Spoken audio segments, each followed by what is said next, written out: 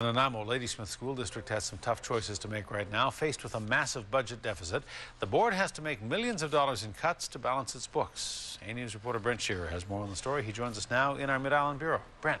Hudson, the school district here is projecting a nearly $3 million budget deficit. It must submit a balanced budget to the Ministry of Education, and so making deep cuts is inevitable.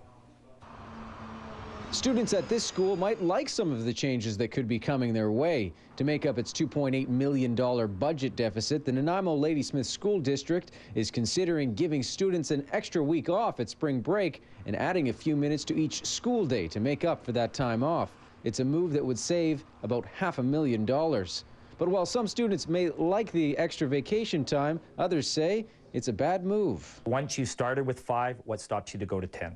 And onwards. So is this a march to reduce the days of students being in the classroom and putting other pressures on parents to pick up that time? There's cost when associated that students aren't in the classroom that parents have to pick up. More than 90% of the school district's budget is spent on staff wages and benefits. The equivalent of 17 full-time jobs will be cut to make up the budget shortfall. We're quite pleased, despite the fact that that's never a pleasing situation to have to eliminate jobs. But compared to what other districts have been doing, I think that it's the best budget we could come up with. The Nanaimo District Teachers Association disagrees. They say the job cuts and changes to the calendar go too far. In addition to all the cuts that have already occurred over the past 8 years, it's just an accumulation of cuts.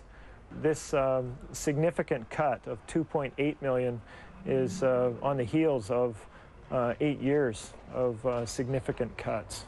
The proposed budget is now in the hands of school board trustees, which ultimately will decide whether the staff cuts and extra week off at spring break go through. The question that I would have, and I know many others would have, is by eliminating 5 days of instruction and adding 4 minutes on the other days, does that 4 minutes really replace the 5 in terms of the quality of education? So we hope that the community is going to let us know what they think of that and how they think it's going to impact them.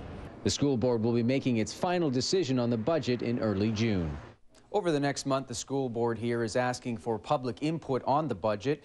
There will also be at least one public consultation meeting sometime in May. The date for that is yet to be determined. Now, anyone interested in this issue should check out the school district's website, and that's at www.sd68.bc.ca. Hudson? All right, Brent Shearer reporting. Brent, thank you. Thank you.